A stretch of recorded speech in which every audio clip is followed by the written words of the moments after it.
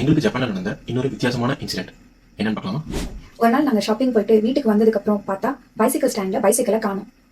நாங்கள் பைசைக்கில் பூட்டினோமா பூட்டலையான்னு எங்களுக்கு ஞாபகம் இல்லை. இதுக்கு முன்னாடி சிமிலரான ஒரு இன்சிடென்ட் எங்கள் ஃப்ரெண்டுக்கு நடந்திருக்கு. ஸோ அப்போ நாங்கள் போலீஸ் ஸ்டேஷன் போய் கம்ப்ளைண்ட் கொடுக்கும்போது அவங்க நிறைய டீட்டெயில்ஸ் கேட்டாங்க. கிட்டத்தட்ட 1 மணி நேரம் ஆச்சு அந்த டீட்டெயில்ஸ்லாம் கொடுக்குறதுக்கு. எங்கள் வீடு செகண்ட் ஃப்ளோரில் இருந்துச்சு. ஸோ கம்ப்ளைண்ட் கொடுக்கறதுக்கு முன்னாடி போய் கொஞ்சம் ரிஃப்ரெஷ் பண்ணிட்டு வந்துடலாம் அப்படின்ட்டு மாடி ஏறி போயிட்டு ரிஃப்ரெஷ் பண்ணிட்டு கீழே வரேன். கீழே வந்துட்டு இருக்கும்போது பார்த்தா அப்போ இந்த ஒரு ஆள் எங்கள் சைக்கிளை ஓட்டிட்டு எங்கள் பைசைக்கிள் ஸ்டாண்டை விட வந்தார். அவர்கிட்ட நாங்கள் ஏன் எங்கள் சைக்கிள் எடுத்து போனீங்க அப்படின்னு கேட்டோம். அப்போ அவர் என்ன சொன்னார்னா, ரொம்ப சாரி சொல்லிட்டு நான் எங்கள் அம்மா கூட ரயில்வே ஸ்டேஷனுக்கு வந்தேன். அவங்க பேக் வீட்டில் விட்டுட்டு வந்துட்டாங்க. ஸோ ட்ரெயினுக்கும் டைம் ஆச்சுன்றதுனால நடந்து போனால் வீட்டிலேருந்து அவ்வளோ சீக்கிரமாக போய் பேக் எடுத்துட முடியாது. அதனால பார்க்கும்போது உங்கள் சைக்கிள் பூட்டாமல் இருந்துச்சு, சரின்னு சொல்லிட்டு அவசரத்துக்காக எடுத்துட்டு போனேன், ரொம்ப மன்னிச்சுங்க அப்படின்னு கேட்டார்.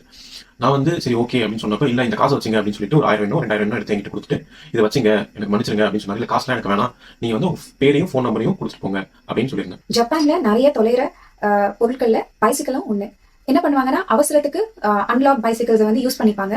ஜென்யூனான மக்கள் திருப்பி கொடுப்பாங்க.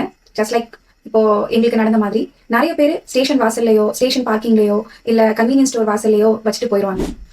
நீங்க பைசைக்கிள் வாங்கும்போதே பைசைக்கிள் ரெஜிஸ்ட்ரேஷன் அப்படின்னு ஒன்று பண்ணுவீங்க.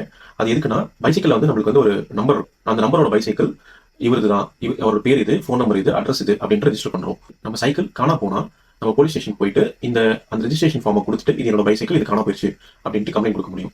உங்களுக்கு இந்த மாதிரி டிஃப்ரெண்டான எக்ஸ்பீரியன்ஸ் இருக்கா? கமெண்ட் பண்ணுங்க.